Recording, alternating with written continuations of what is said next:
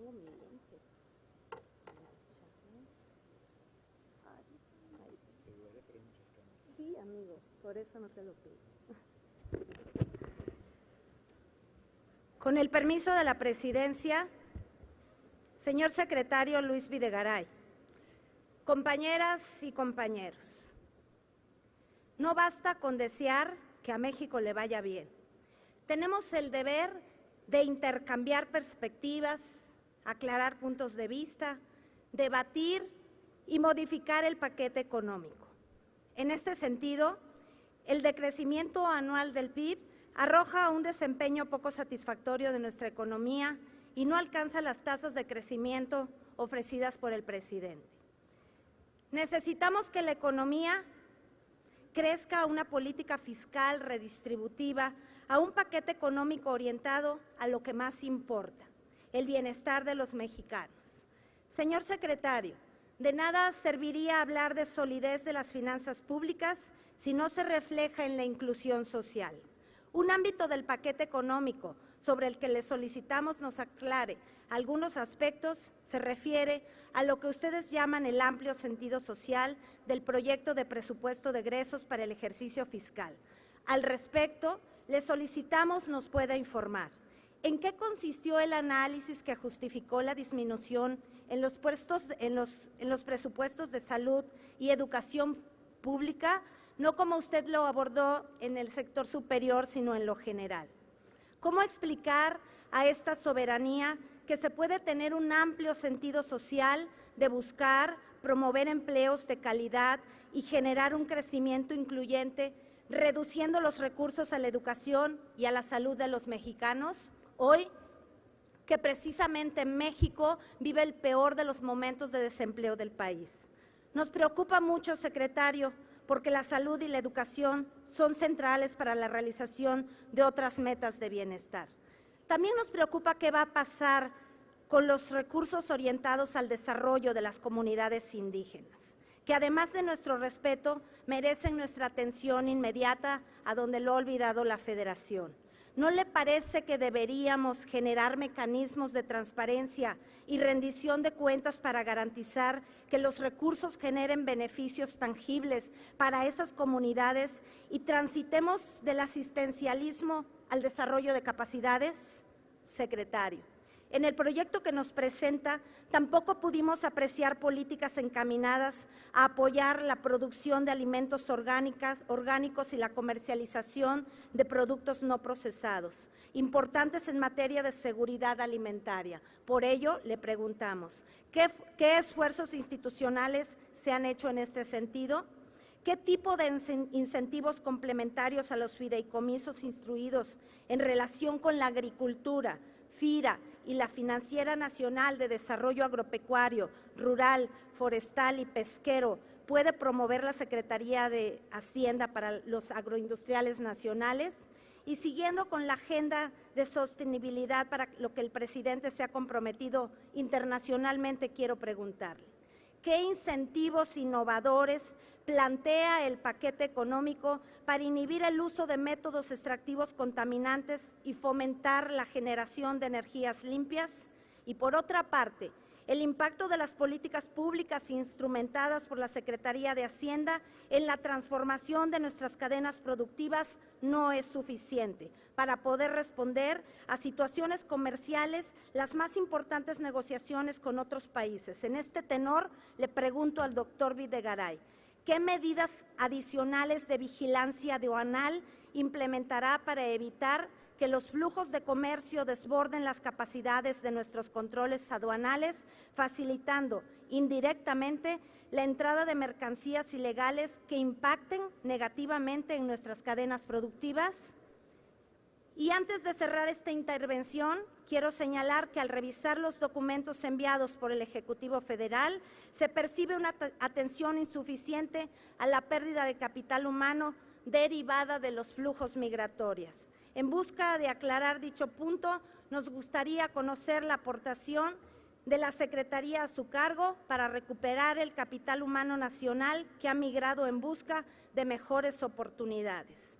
En este sentido, solicita nos responda ¿Qué medidas financieras, aduanales o fiscales ha implementado o piensa implementar para incentivar, facilitar y potencializar la inversión de empresarios de origen mexicano que han triunfado en el extranjero y desean expandir sus negocios a México con inversiones directas o indirectas? Finalmente, decirle que México vive hoy la peor de las crisis. Los pobres son más pobres. La clase media está estancada. Los empresarios no saben qué hacer. Los jóvenes no tienen empleos. Y ya ni la burla perdona, secretario, al decirle a esta soberanía que no va a mandar iniciativas para más impuestos. Todo mundo sabe que esos impuestos los mandaron ustedes. Muchas gracias. Gracias, diputada Orantes. Tiene la palabra, señor secretario Videgaray, hasta por 5 minutos para dar respuesta.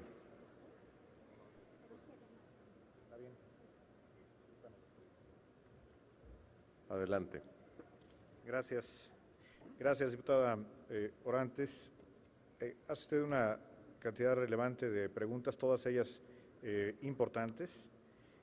Trataré de dar una respuesta breve en el tiempo que se me ha asignado y para abundar en las respuestas por conducto de la mesa directiva, habré de hacerle llegar información complementaria si las respuestas, si el tiempo no me permite responder con suficiencia.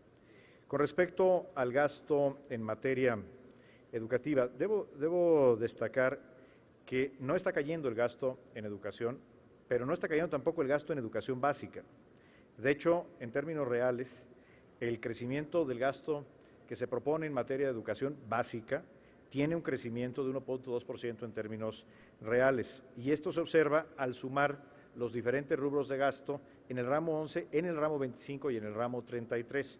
Para hacer la evaluación completa hay que ver todo el gasto en materia educativa, por lo tanto, le puedo dar lo que creo que es una buena señal, que no hay una reducción en el gasto en la educación básica. Con respecto al gasto en servicios de salud, efectivamente, el gasto en servicios de salud se observa una disminución que parte precisamente de hacer más eficientes los programas.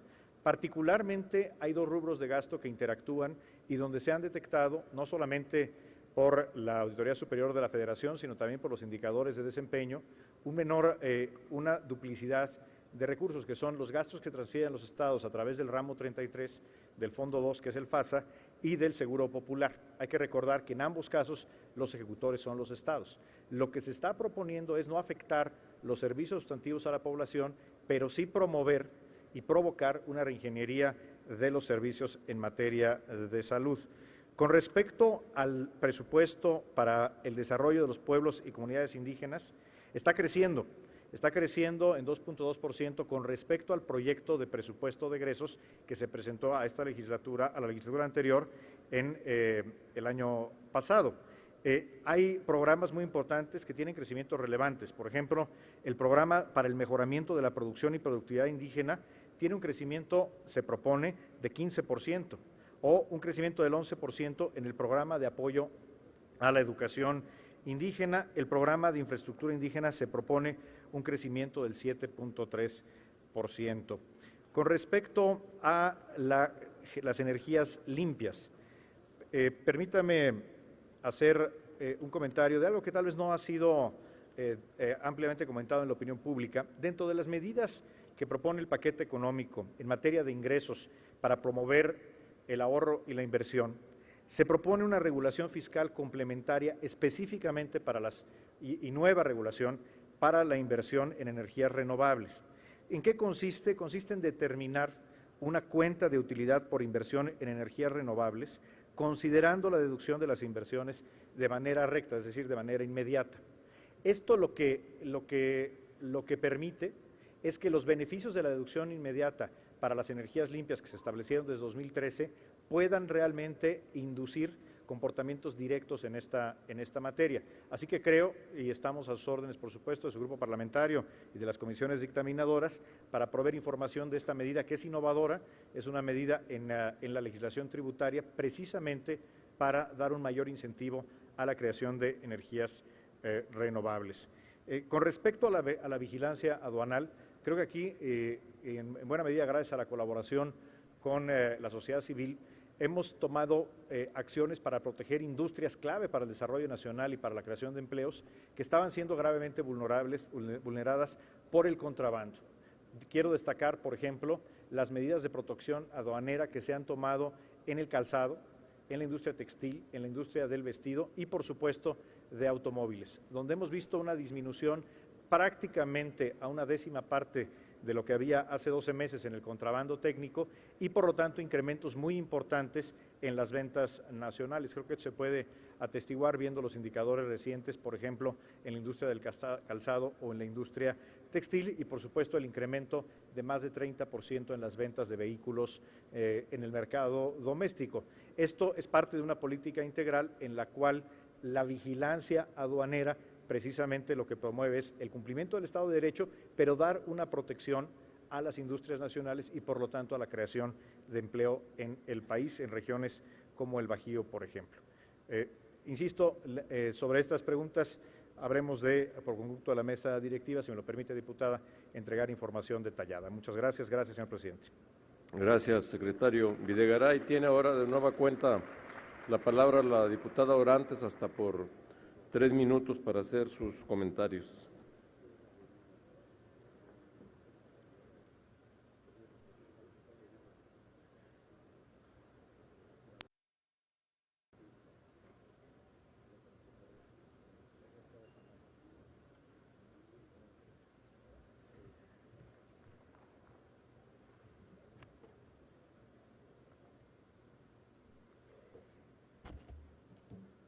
Entendemos el tamaño del reto y las limitaciones a las que hoy se enfrenta. Y justamente por eso es que a partir del principio de justicia presupuestal queremos orientarla para que sea de alguna manera, señor secretario, más eficiente y estratégicamente los recursos públicos puedan ser mejor distribuidos. Al grupo parlamentario de Movimiento Ciudadano le preocupa la disminución del gasto educativo, no solo al que la Secretaría de Educación Pública corresponde, sino también al del ramo 25, previsiones y aportaciones para los sistemas de educación básica, normal, tecnológica y de adultos, ya que en la iniciativa de presupuesto de egresos, en la página 101 de la iniciativa, se observa que se destinan 35.151.680.804, cuando en el año pasado era mayor. Con esto hay una disminución, señor secretario, en la que a nosotros nos preocupa. Es preocupante fortalecer el sistema educativo nacional y solo se logra destinando mayores recursos públicos. Nos preocupa que en esta materia se disminuya cuando todavía no hay lugares y centros comunitarios a donde las escuelas no tienen aulas y están a veces bajo un árbol, como en los estados del sur. En cuanto al seguro popular, habría que implementar mecanismos, señor secretario, para que los gobernadores no lo usen para temas que no son encaminados al tema de salud. Y no se requieren hospitales que sean elefantes blancos a donde no hay medicinas ni médicos. En el tema de los indígenas debe de dejar de ser un tema electoral, debe de pasar a la atención como un tema incluso de seguridad nacional, a donde en verdad se consideren a las etnias con la prioridad del desarrollo de México. Es importante que si hablamos, señor secretario, de energías renovables, también revisemos la disminución en el tema del capítulo del medio ambiente. Y en la frontera sur, habría simplemente que estar en la frontera de Chiapas para entender que hay diferencias entre la frontera norte, a donde hay 19 sistemas aduanales y 3 en el estado de Chiapas. Por eso mismo requerimos la atención urgente al sistema fiscal de aduanas, a que se revise incluso el tráfico a donde están allí mismo en la aduana vendiendo mercancía de Guatemala, incluidas ya a la entrada de México, y por supuesto, en un sentido progresista, solicitarle, señor secretario, que no solamente nos conformemos con la política que hasta hoy ha traído el Ejecutivo, de que los ricos tengan más y de que los pobres sigan siendo más pobres. Muchas gracias. Gracias, diputada.